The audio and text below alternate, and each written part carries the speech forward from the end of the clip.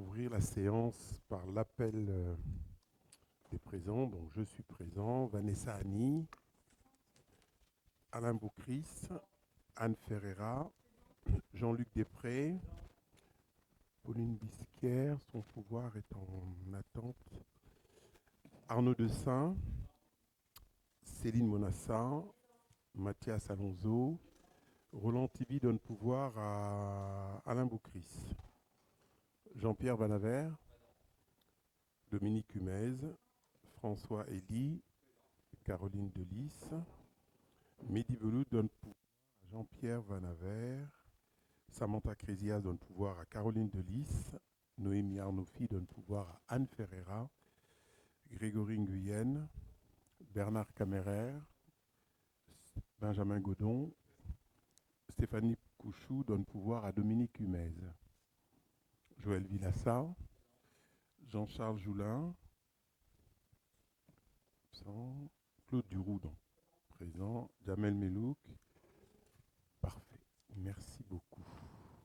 Alors,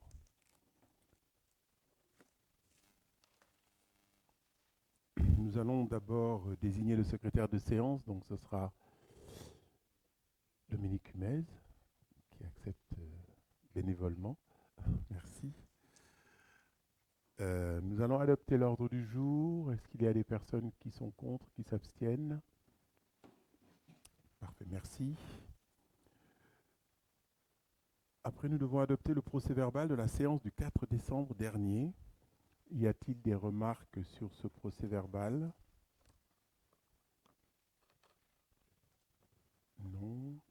Tout le monde vote, tout le monde adopte le procès-verbal. Le procès-verbal est adopté. Ensuite, vous avez reçu tous les éléments qui concernent les subventions, l'article 21, 22, 22 du Code général de la collectivité territoriale. Et nous vous avons communiqué les décisions prises par le maire. Y a-t-il des questions dessus, des demandes d'éclaircissement? Non, rien de particulier. Merci beaucoup. Donc, nous allons commencer la séance par l'installation de 2 conseillers municipaux.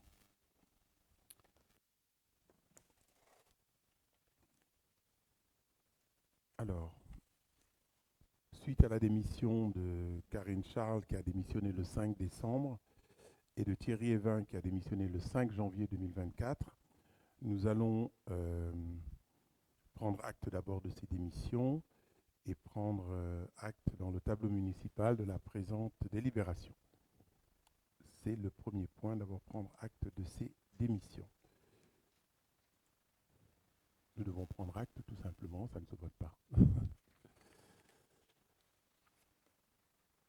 Ensuite, nous devons installer les 2 remplaçants. Alors, tout d'abord, Dominique Maignan remplace Madame Karine Charles et Annick Claire remplace Monsieur Evin. Donc Dominique Maignan a laissé un pouvoir, elle est en voyage à l'étranger, donc nous allons demander à Madame Claire de rejoindre son poste. Alors, d'après les informations que nous avons eues lors des échanges avec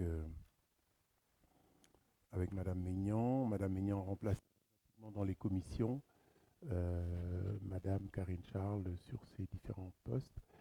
Est-ce la même chose pour Madame Claire? Oui.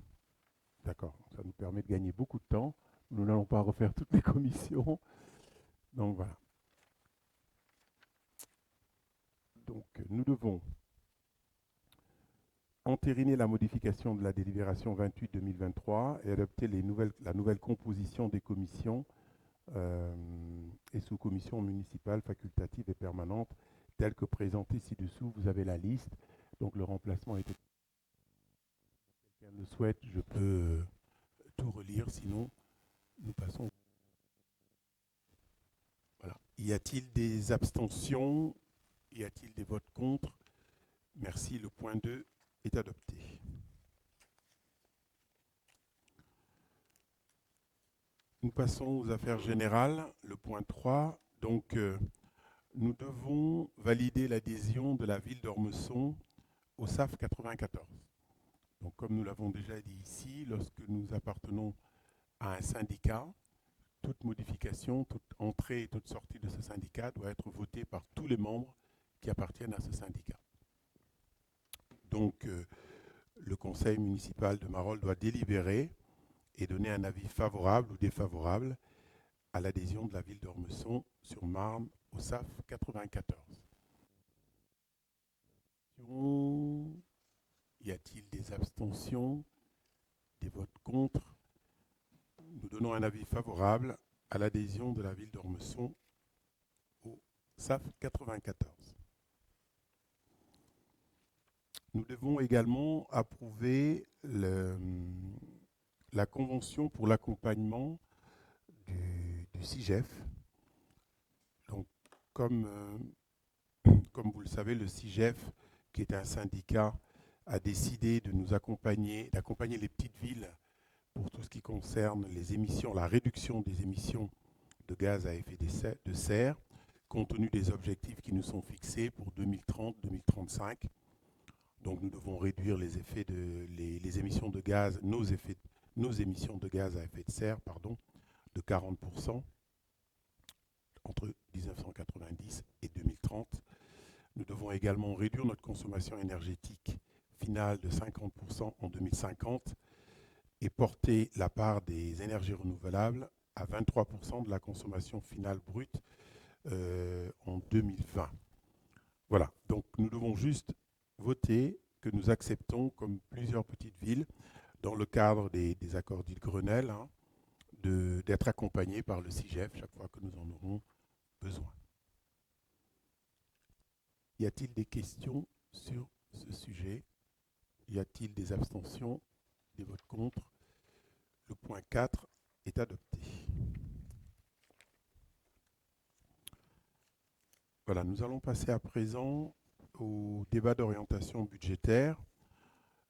Donc, comme vous le savez, comme l'indique la loi NOTRe, comme l'a repris la loi NOTRe depuis les accords d'août 2015, le débat d'orientation budgétaire doit faire l'objet d'un débat dont nous allons prendre acte ou pas. En tout cas, nous allons vous présenter tout cela. Donc, nous allons vous présenter, je crois que le débat est déjà...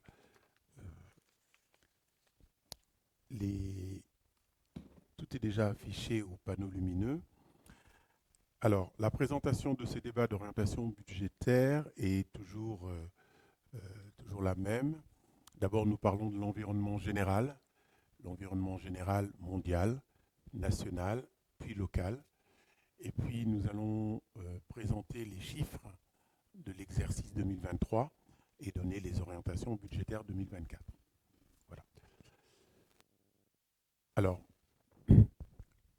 l'environnement, donc il est rappelé d'abord dans ce deuxième slide que ce débat est obligatoire dans les villes de plus de 3500 habitants, ce qui est notre cas. Bon, on ne va pas en dire davantage. L'environnement général, l'environnement mondial marqué par l'inflation, la raréfaction des matières premières liées à la guerre en Ukraine, etc. Je crois que vous avez tous bien lu le document. Vous avez également l'indice des prix à la consommation harmonisé.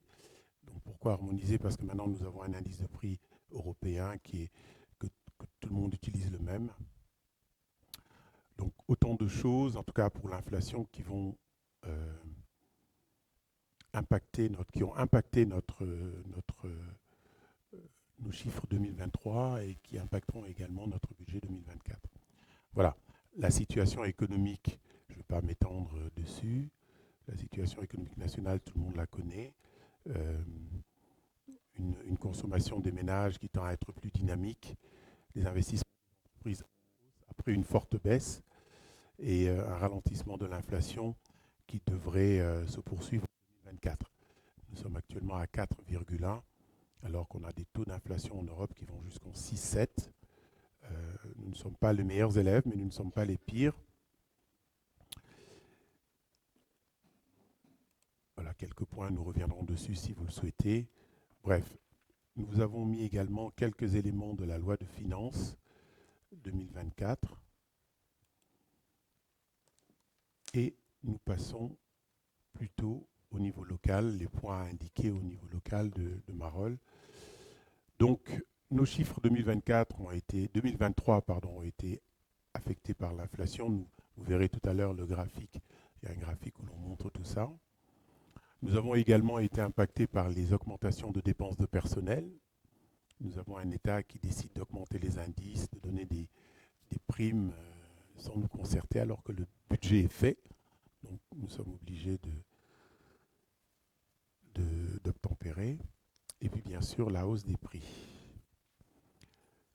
Malgré tout cela, nous poursuivrons notre politique en 2024 de maîtrise des dépenses publiques sans recours à l'emprunt ni augmentation des impôts et d'aucun autre tarif communal. Voilà, nous espérons ainsi contribuer au pouvoir d'achat des Marolais, tout en poursuivant bien sûr nos actions. Et nous irons toujours à la recherche des subventions publiques et privées, parce que nous avons également des entreprises qui nous aident pour quelques opérations. Et nous continuerons bien sûr à surveiller nos dépenses de fonctionnement notamment et d'investissement, bien entendu.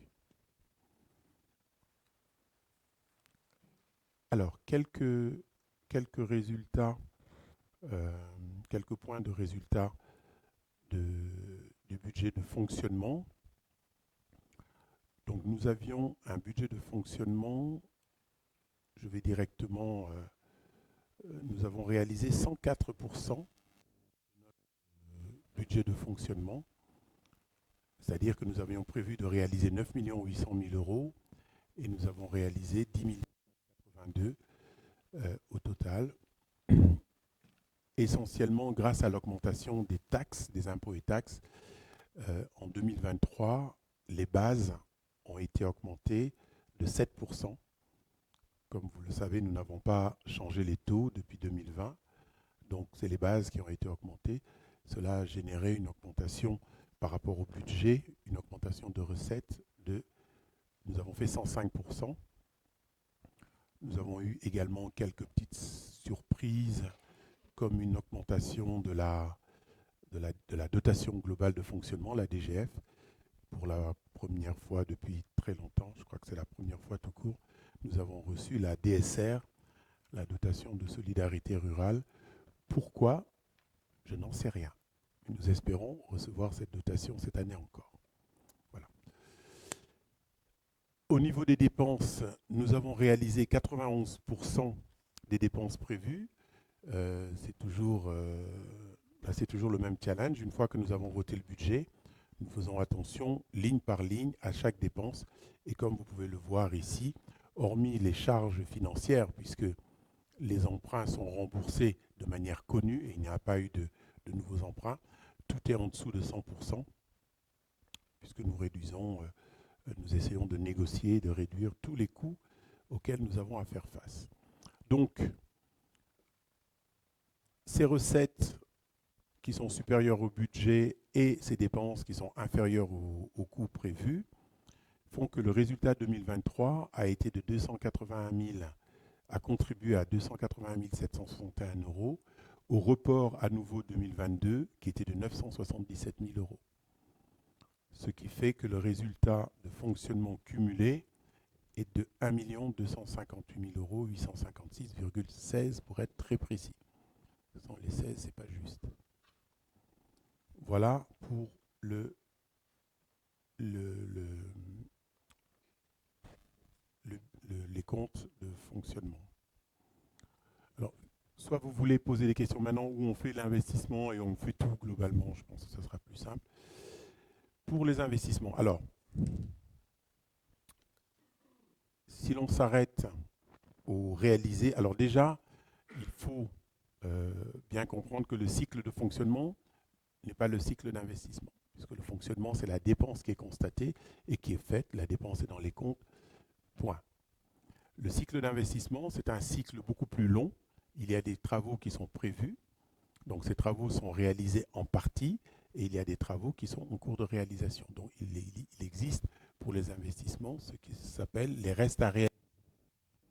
Il en est de même pour les recettes. Nous avons des notifications de subventions, par exemple, pour lesquelles nous n'avons pas encore fini de réaliser les travaux, les fonds. Ce reste à réaliser vient corriger, par exemple pour les recettes, les 74% que nous avons réalisés en recettes, 74% du budget. Si nous rajoutons les restes à réaliser qui sont à 100% des subventions, nous arrivons à 107% du budget. Il est donc important de préciser ici, parce qu'en fait, quand on regarde au niveau des investissements de recettes, on voit que ça sous-performe, puisqu'on est à 74%, alors que quand on regarde un peu plus haut, on est à 104, voire et 91%. Et donc, effectivement, ce que vous nous expliquez là, c'est que les 74% qui sont là ne sont pas une sous-performance. Exactement. Ce n'est pas une sous-performance parce que c'est 74% d'un cycle d'investissement qui est en cours pour lesquels nous n'avons pas tout reçu en recettes. Alors, est-il possible de savoir exactement le delta, justement, par rapport à ce 74%? Les 934 000 euros des subventions, oui, on pourra vous les fournir. Alors, il y a deux choses. Il y a des subventions pour des choses réalisées pour lesquelles nous attendons les subventions. Nous n'avons pas encore reçu les fonds. Et ensuite, il y a deux plans pluriannuels d'investissement qui sont en cours, pour lesquels nous avons eu des notifications. Mais après, nous devons justifier par des factures en disant les travaux ont été réalisés et nous vous les produisons pour que l'on nous rembourse. Mais la notification est déjà faite. D'accord ? Donc c'est un peu compliqué à... Donc c'est pour ça qu'il est important de signaler ici, parce que effectivement, quand on regarde, quand on est en recette d'investissement, on est à 74%, ce qui est normalement une mauvaise performance, on va dire. Et on est sur les investissements en dépenses, pareil, on est à 72%, ce qui est encore moins bon. On va dire une sous-performance, pas une mauvaise. Absolument. On parle de sous-performance. Voilà. Donc là, afin que tout le monde comprenne bien, vous nous dites que par rapport à ça, on est plutôt au-dessus. Exactement. Exactement. Vous pouvez expliciter cela. Mais c'est ce que je viens de dire. Voilà. C'est en fait ce qui est noté ici, c'est-à-dire que les 934 000 euros qui sont en reste réalisés sont là des subventions qui sont notifiées. Donc que nous allons avoir normalement à la fin des travaux. Mais les travaux ne sont pas finis. Ils sont notifiés. Sont notifiés. Mais vous l'avez dans le tableau qui vous est produit à chaque fois. C'est important que tout le monde... Ah oui, mais je le répète. Vous prenez la voie verte. Quand vous allez sur la voie verte, vous voyez les trois tranches. C'est écrit. En 2023, nous réaliserons en 2024, la partie qui va jusqu'au centre commercial. Et en 2025, après le changement de la passerelle, la voie qui va jusqu'à la forêt. Par conséquent, nous avons ces notifications de subventions, mais les travaux ne sont pas encore réalisés. Alors, on voit bien que l'État avance de l'argent, mais c'est très rare. Et pareil pour les dépenses, pareil pour les caméras, c'est le deuxième plan d'investissement. Voilà.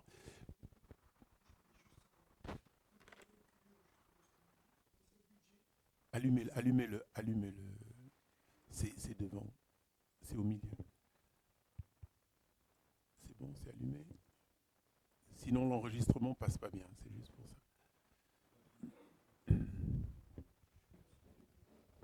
Attendez, on va vous faire ça.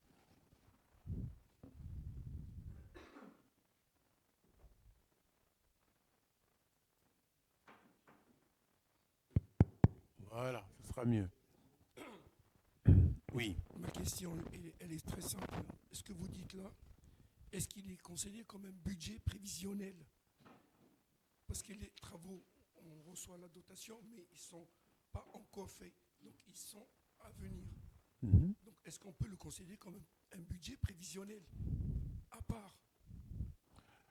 Non, ce n'est pas un budget prévisionnel à part. C'est-à-dire que lorsque nous faisons le budget en début d'année, ce sera le cas tout à l'heure lorsque nous parlerons de la projection, mais surtout lorsque nous ferons le budget le 28 avril, nous faisons un budget dans lequel nous prévoyons un certain nombre de travaux. Les travaux sont finis ou pas.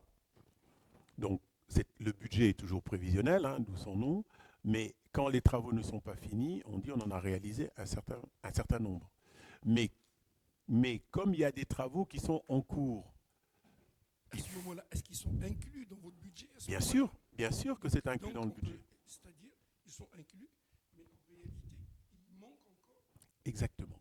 C'est ça ce que je Exactement. pose la question. Est-ce que ça peut être considéré comme un budget prévisionnel pour la suite? Parce qu'on n'a pas réellement. Ce sera repris. Ce sera repris, forcément. Ce que vous présentez comme tableau, il manque une tranche. Ça a été réalisé, mais dans l'avenir, on a des montants qui vont arriver.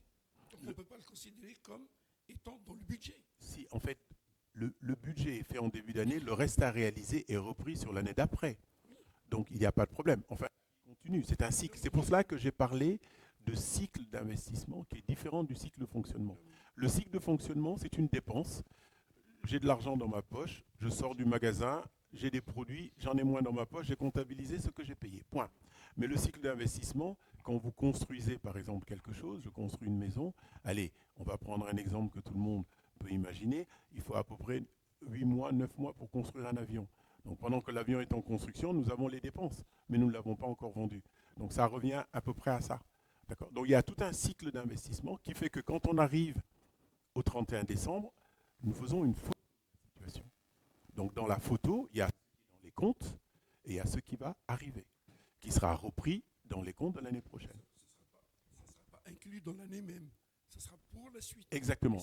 Mais comme il y a un des 3 principes comptables, oui, qui sont la continuité de l'exercice et la séparation des exercices, je suis obligé de dire, pour ne pas justement, comme disait tout à l'heure notre collègue Joël, pour ne pas dire que c'est une mauvaise performance en citant, mais c'est une sous-performance en faisant 74%, en corrigeant avec le reste à réaliser, on a une meilleure vision. D'accord ? j'ai compris. Je sais ce que j'ai compris. Mais Voilà. la question est par rapport au tableau Hmm. et aux chiffres qu'on présente, c'est tout. Oui, Parce oui. qu'après, c'est un jeu d'équilibrage. Après cette année, on va rajouter. On va les mettre, exactement, mais comme ce n'est pas terminé cette année, on continue. Mais on est obligé comptablement, une des 3 règles de la comptabilité, c'est la séparation des exercices. Donc au 31 décembre, on fait vraiment une photo et le reste, on le met après. Exactement. Donc la photo au 31 décembre, c'est 74% des et la partie dépenses 72%, pardon. Et ensuite, donc le reste à réaliser sera mis dans le budget de l'année prochaine. C'est comme ça. Ok.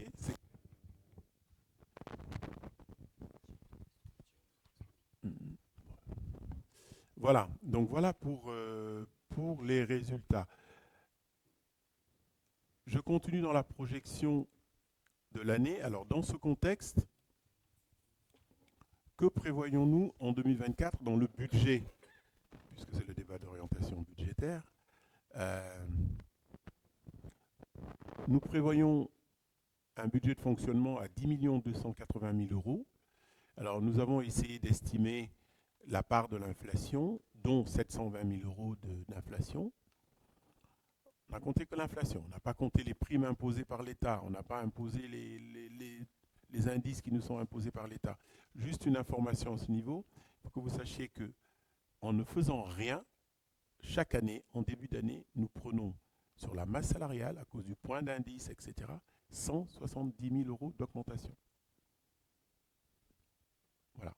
Donc ce n'est pas inclus dans l'inflation, mais c'est chaque année comme ça, hein, donc on n'y peut rien.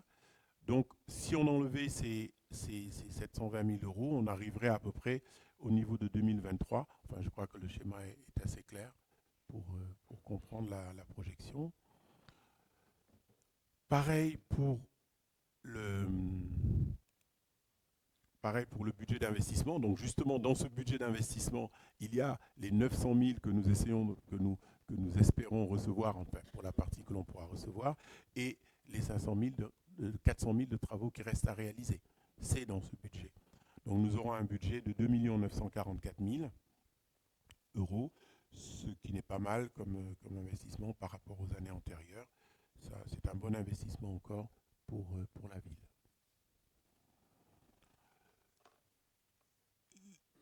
Les détails, alors ensuite, bon, nous allons aller vite, hein, vous avez tous les détails qui sont prévus. Je passe directement aux taux communaux. Donc, nous gardons la taxe d'habitation, nous gardons le taux de la taxe d'habitation. Nous ne changeons, comme je l'ai dit tout à l'heure, la taxe foncière est maintenue au même taux, ainsi que le non bâti. Bref, nous n'augmentons rien. Alors, peut-être une question. Qui paye la taxe d'habitation maintenant? C'est uniquement sur les résidences secondaires. Voilà. Sinon, plus personne ne paye de taxe d'habitation. Ensuite, la dotation globale de fonctionnement. Donc, comme vous pouvez le voir sur le schéma, nous avons une augmentation donc, due à cette DSR qui nous permet de recevoir. Oui. Aux résidences secondaires, on a une estimation du nombre de résidences secondaires à Marolles?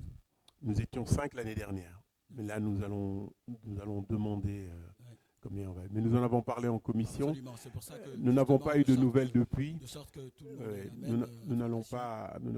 En fait, l'idée que nous avons évoquée à bâton rompu en commission, c'était que, en discutant avec certains de mes collègues, vous vous souvenez, en 2023, nous avions jusqu'au mois de juin, je crois, pour déclarer les biens que nous possédions.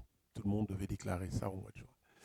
Et donc, certaines personnes qui ont des résidences secondaires ont regardé là où le taux de la taxe d'habitation était la moins élevée, en disant, ma résidence secondaire, je suis marolais, j'ai une résidence secondaire à Megève, je déclare Megève en résidence secondaire, puisque là-bas je paye la taxe d'habitation, et Marolles en résidence principale, ou inversement.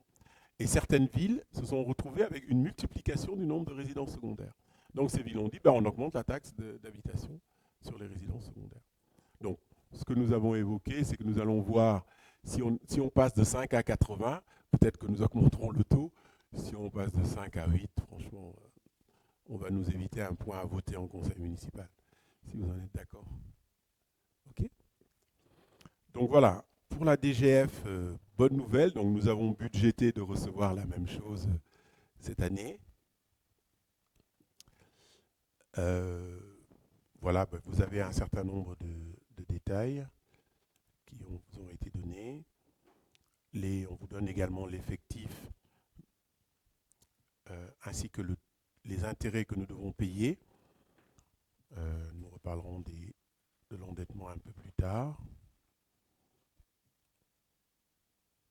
Donc les prévisions de dépenses sur la section d'investissement. Alors peut-être un point important, c'est que je ne suis pas rentré dans ce détail-là concernant le fonctionnement, mais nous avons prévu, vous savez, le compte de résultat de fonctionnement peut être affecté en totalité ou en partie à l'investissement. Alors pour nos nouveaux conseillers municipaux, on peut s'endetter pour le budget d'investissement, mais on ne peut pas s'endetter pour le budget de fonctionnement.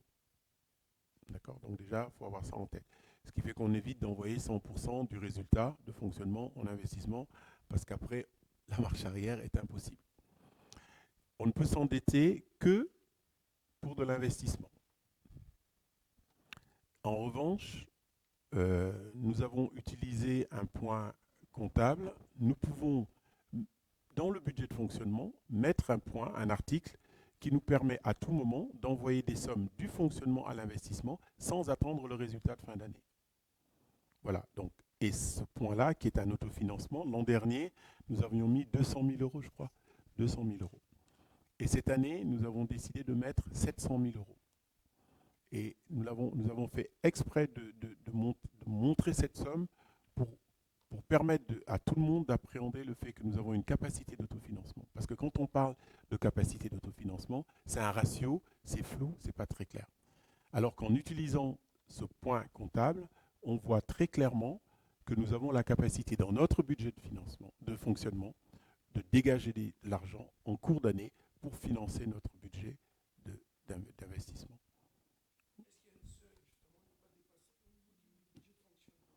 Tant que vous avez de l'argent, vous pouvez en mettre. Il n'y a pas de seuil. Le tout, c'est que votre budget doit être équilibré. Voilà. D'accord. Juste une question par rapport à ça, justement. On est en plein débat. Hein. Oui. Enfin, nous avons aujourd'hui justement une capacité d'autofinancement intéressante et on a des crédits qui sont quasiment à terme. Question, est-ce qu'il ne serait pas judicieux, c'est une question, hein, de rembourser maintenant par anticipation un certain nombre de ces crédits pour pouvoir à terme avoir une capacité justement de financement plus intéressante, une capacité est-ce qu'on n'aurait pas intérêt à le faire? Mais c'est à étudier. Hein. Mmh. Mais justement, comme vous évoquez ce point, ça me pose... Absolument. Mais on en parlera tout à l'heure. Okay. Tout à l'heure, on montrera le tableau de nos emprunts. On en parlera. C'est une question intéressante. On en parlera. Okay. Alors, le fameux graphique des subventions. Donc, c'est un graphique que l'on produit depuis tous les ans pour montrer ce qu'on avait prévu et ce que nous avons obtenu. Là, c'est du réel, hein, donc il n'y a pas de reste à réaliser. Par exemple, cette année, nous avons réalisé 43,65%. Donc, comme tout à l'heure, vous l'avez vu, si on rajoute les 900 000, on serait supérieur ou 1 million prévu budgétairement. Mais ça permet de voir vraiment, en rouge, c'est ce que nous avons obtenu, en bleu, c'est ce qui a été budgété en début d'année. Alors, il en est de même pour les investissements. Donc, le même graphique. Est-ce que ce que nous annonçons budgétairement est réalisé? Donc là, vous pouvez voir année par année les investissements réalisés pour la ville. Nous avons, donc sans reste à réaliser toujours, nous avons réalisé 69%. L'an dernier, c'était 72, 63, 61. Bon, c'est plutôt des taux assez corrects. Investissement. Alors, nous allons passer directement, justement, nous en venons un peu à l'endettement. Donc, donc, nous avons le montant, le capital restant dû, le montant de notre endettement. Nous sommes actuellement endettés à hauteur de 3 millions d'euros. Avec des taux fixes, nous n'avons plus d'emprunt variable. Et si l'on regarde le profil de remboursement de nos intérêts, on voit bien que... Alors, ce qui est en rouge, c'est la partie intérêt. Comme chacun sait, quand on s'endette, on commence par payer la banque, en tout cas celui qui nous a prêté l'argent, et après on rembourse le capital. Donc, ce qui est en bleu, c'est le capital, et ce qui est en rouge, ce sont les intérêts. Donc, en 2039, ceux qui seront à notre place, en tout cas à la mienne, n'auront plus d'endettement. Hein, ce sera une bonne nouvelle pour eux. Et donc, il y a en 2024, nous sommes encore à un niveau d'endettement assez correct, mais il y a un ratio qui s'appelle le nombre d'années d'endettement. Donc actuellement, si nous prenons par exemple notre budget de 10 millions, nous pourrions rembourser les 3 millions d'endettement sur, moins de 2 ans, une année à peu près, ce qui est un bon ratio. Vous avez des villes qui ont un endettement de 12 ans. C'est extrêmement lourd pour ces villes-là. Donc l'endettement est plutôt bon. Alors, justement, parce que nous avons un montant d'endettement qui n'est pas énorme, il faut regarder quel intérêt il y a à anticiper ces remboursements. Surtout que lorsqu'on rembourse, il faut analyser le dossier pour voir s'il n'y a pas de pénalité.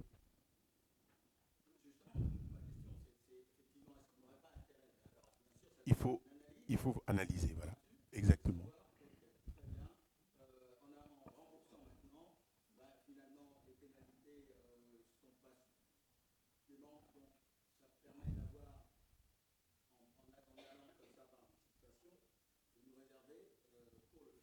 Exactement.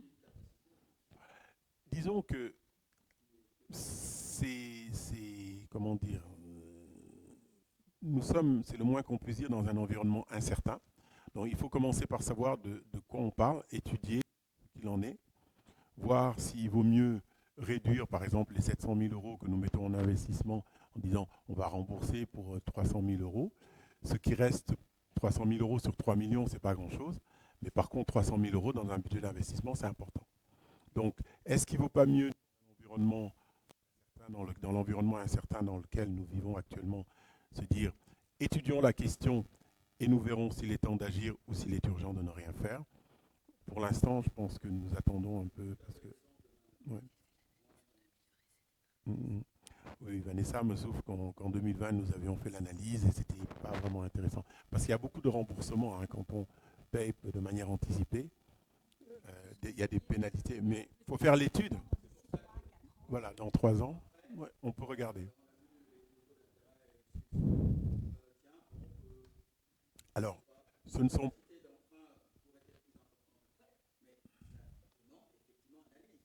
Hmm, hmm.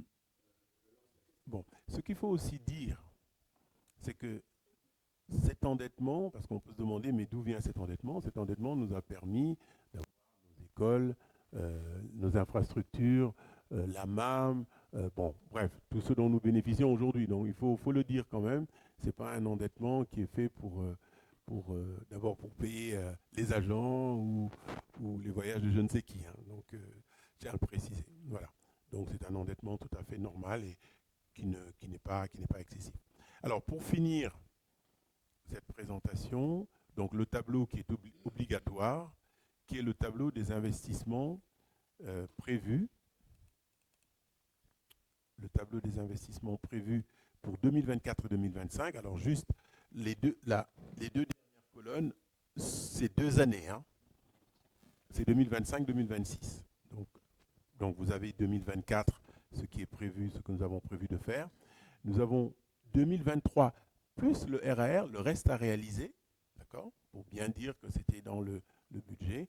Et donc ce sera repris en totalité ou en partie. Je ne vais pas rentrer dans les détails, mais sur 2025-2026, nous avons 3 965 000, allez, 4 millions, pour des investissements de 2 millions à peu près en 2024. Donc sur 2 ans, nous sommes à peu près dans les clous. Donc voilà, j'ai essayé d'être synthétique au maximum, tout en restant pédagogique. Si vous avez des questions, c'est un débat d'orientation budgétaire, donc le débat est ouvert.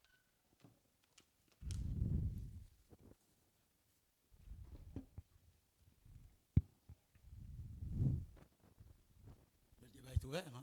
Ah ben, il n'a jamais été fermé. Oui, absolument.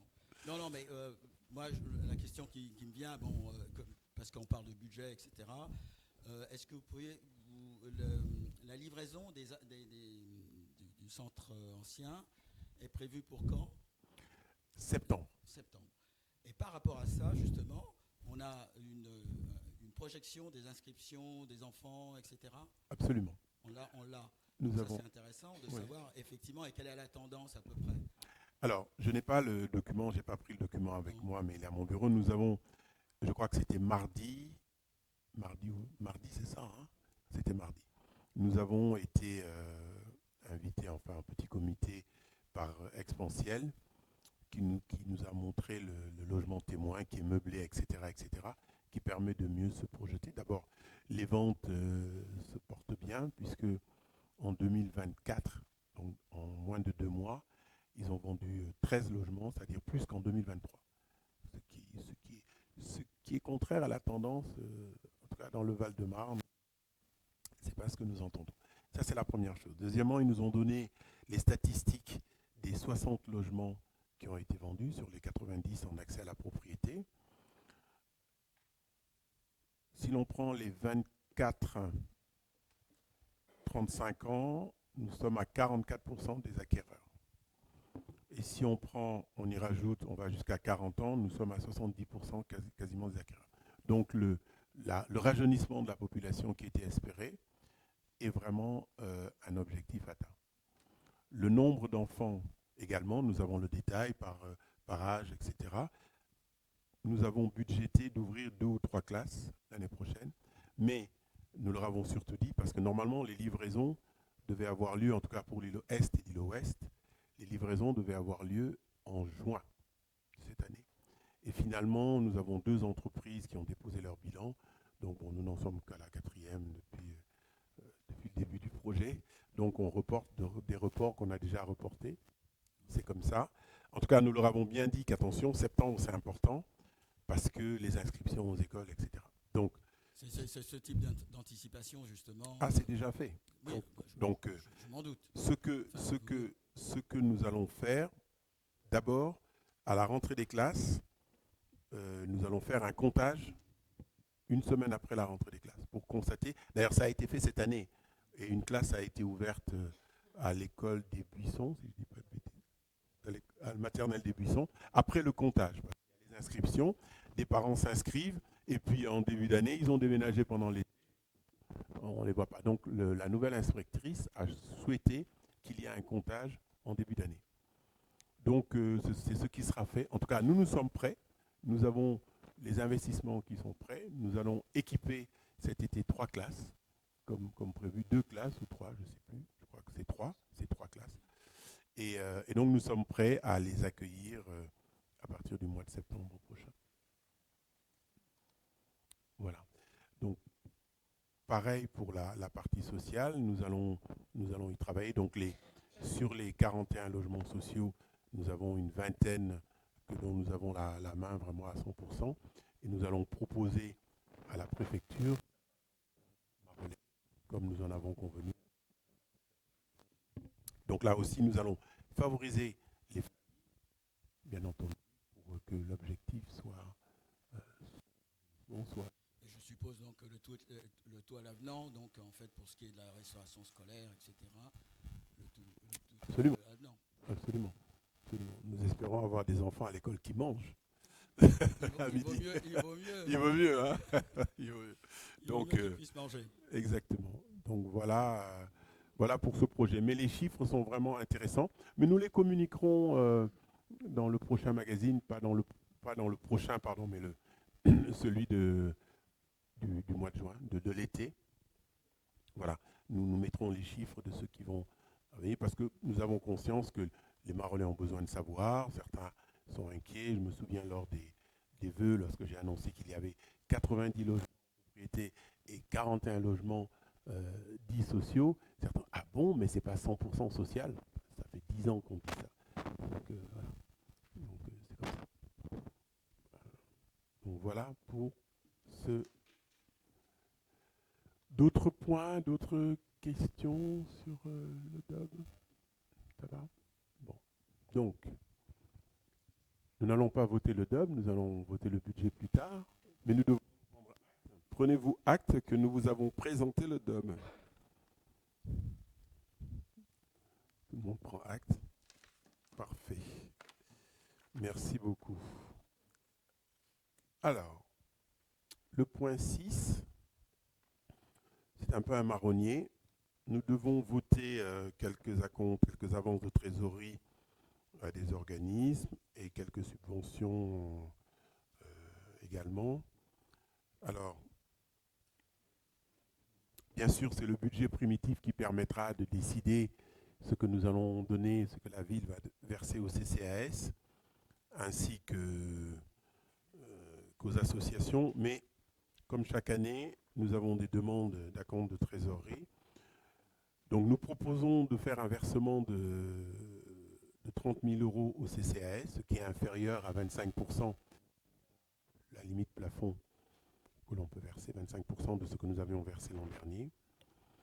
Au syndicat de la petite enfance, il est demandé 80 000 €.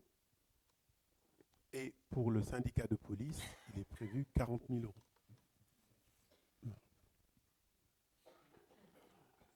Et puis, une association demande, le Football Club de Marolles demande, j'allais dire comme chaque année, une avance de 8 500 €. Voilà. Donc, la commission de finances a émis un avis favorable pour ces demandes lors de la commission. Y a-t-il des questions sur ces demandes de subvention?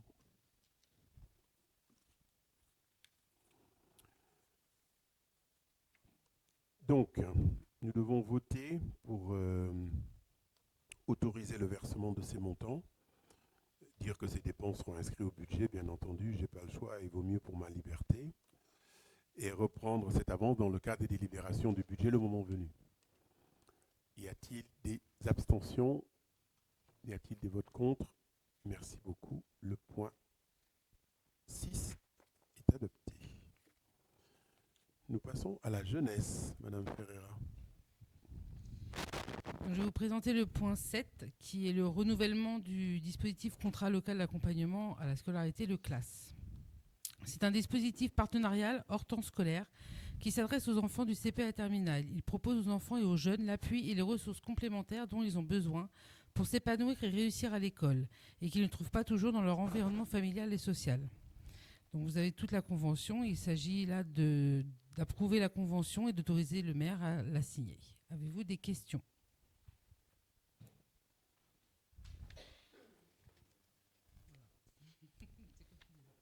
Nous devons voter. S'il n'y a pas de questions. Des votes contre? Des abstentions? Merci beaucoup. Le point 7 est adapté. Nous passons au point 8. Toujours pour la jeunesse, c'est la bourse au projet. Alors, Monsieur Nguyen. le point 8, donc on est sur la modification de la délibération relative au règlement intérieur de la bourse au projet. Donc il y a 2 points, donc la modification du règlement intérieur, donc qui prévoit de fixer la date butoir au 30 septembre, sachant qu'il n'y avait pas de date auparavant, on était sur une année, sur une année civile. Et d'inscrire au budget, donc dans la délibération, 1 000 € dans le chapitre budgétaire afin de ne pas avoir à le représenter chaque année. La commission affaires scolaires, enfance, jeunesse, réunie le 19 février, a émis un avis favorable. Des questions sur ce projet? Alors, concernant justement, je suis longuement intervenu concernant le règlement intérieur. Je n'ai pas lu la dernière version, mais je suppose que vous avez modifié par rapport à mes remarques. Très bien. Ça a été modifié. Oui. Ok. Donc concernant justement, pour que tout le monde soit au courant, il y avait un point sur le RIB. Et donc, effectivement, comme c'est au niveau de l'âge de certains des postulants, si je puis dire, pouvait être de 10 ans, donc fatalement, ils n'auraient pas de RIB. Enfin, normalement. Et donc, ce que j'ai demandé, et donc je pense qu'au niveau de la commission, c'est qu'on puisse rajouter effectivement un RIB où la personne responsable légale, voilà, très bien. Un autre point qui concernait justement les 2-3 sujets que sont l'appartenance à la catégorie, donc ça on l'a enlevé. Bon, ben, parfait. Ça me convient. Et puis voilà. Alors un point c'était, y a-t-il une date butoir pour la réalisation du projet une fois retenu? Ça par contre... Non, on n'a pas déterminé de date pour le projet. C'est-à-dire qu'une fois le projet accepté, il peut le faire pendant 2, 3, 4 ans. Enfin, l'objectif pour le jeune est quand même de pouvoir réaliser son projet on est sur du court et moyen terme. Soit sur 3 ans, sur 3 mois, sur 6 mois, sur 8 mois. Est-ce qu'il y a... Non, mais c'est une question. Hein. J'ai envie de vous dire, le plus tôt sera le mieux pour lui. Après, s'il rencontre des difficultés ou des freins, nous, on peut pas anticiper ça. Donc, d'ailleurs, on accompagne le projet dans sa démarche, le jeune dans sa démarche de projet. Après, la réussite ne tient qu'à lui et aux freins éventuels qu'il pourrait rencontrer. Bon, c'est pas un projet d'investissement où il y aura un reste à réaliser. Il vaut mieux pas. Il vaut mieux pas. Non, mais c'est juste pour avoir une projection. Mais c'est une question, effectivement. Mais les points clés que nous avons soulevés ensemble ont été modifiés. Moi, ça me convient. Après, on peut préciser peut-être qu'en 2023, les aides qui ont été, les projets qui ont été acceptés et qui ont été aidés pour accompagner ces jeunes, il y a eu 2 aides de 200 € pour 2 BAFA et une aide de 400 € pour un permis de conduire. C'était une des questions que j'avais posées, effectivement. Voilà. Pourquoi, tiens, que s'est-il passé l'année précédente? Et ça, c'est important, effectivement, de le notifier quand on présente le projet. Bien, donc nous devons voter ce dernier point, le point 8. Nous devons adopter le nouveau règlement intérieur de la bourse au projet et, qui vous a été joint et dire que le règlement s'applique à compter du 1er mars 2024 et dire que la somme de 1 000 € sera inscrite au budget de chaque année. Y a-t-il des abstentions, des votes contre? Merci beaucoup. Le point 8 est adopté. Voilà. Nous avons adopté tous les points. Il n'y a pas eu de questions qui ont été posées. Donc, je voulais peut-être juste vous parler d'un point tout à fait confidentiel dont personne n'a jamais entendu parler, les Jeux Olympiques. Voilà. Juste vous dire d'abord une chose, c'est que la flamme olympique passe à Grosbois le 21 juillet. Donc, nous aurons une cérémonie, etc. Bon, nous communiquerons dessus. Nous allons réunir les associations pour essayer de les mobiliser un maximum. Nous avons conscience qu'au mois de juillet, les associations sont démobilisées. Depuis fin juin, les associations ne sont plus ensemble. En tout cas, nous essaierons de faire de ce passage, je vous rappelle que le dernier a eu lieu il y a 100 ans. Donc pour le suivant, on pourra attendre un peu. De faire de ce passage exceptionnel, d'en faire quelque chose de sympathique. Le département a eu la gentillesse de choisir Grosbois comme site. Bon, voilà. Nous travaillons avec les autres villes sur le sujet pour essayer d'être là au maximum. L'autre point également que je voulais partager avec vous, c'est vous dire que nous essayons d'avoir un maximum de billets par la métropole, par le département, par le territoire.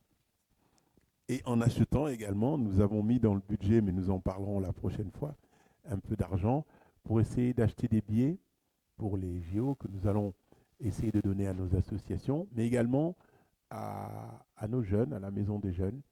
Par exemple, nous avons reçu une affectation d'une 30aine de billets, c'est ça, pour des jeunes de moins de 15 ans. Donc c'est parfait pour la Maison des Jeunes, mais enfin je suppose qu'il y aura des adultes pour les accompagner. Eh bien, ce n'était pas prévu par la métropole. Donc voilà, c'est très simple et c'est très compliqué. Donc voilà. Donc si vous avez des enfants de moins de 15 ans que vous voulez laisser aller à Lille, par exemple, aller voir un match de hand, je ne sais pas si vous le ferez, mais moi je ne le ferai pas. Voilà. Donc nous sommes en train de travailler dessus et nous espérons avoir le maximum de billets. Ce n'est pas simple, mais nous faisons le maximum pour ça. Et puis, dernier point, il y aura dans le Val-de-Marne 2 fan zones, c'est-à-dire des endroits où il y aura des animations, il y aura des écrans géants en LED pour voir en plein jour. Le premier, ce sera au château de Vincennes, à l'intérieur du château. Et le deuxième, ce sera à Duvauchel, à côté de la Maison du Hand. C'est la Maison du Hand qui pilote d'ailleurs. Donc à Créteil, pas loin de chez nous. Donc nous pourrons y aller pour ceux que cela intéresse. Voilà, mesdames et messieurs, chers collègues. Merci pour cette séance. La séance est levée à 20h20. Bonne soirée à tous.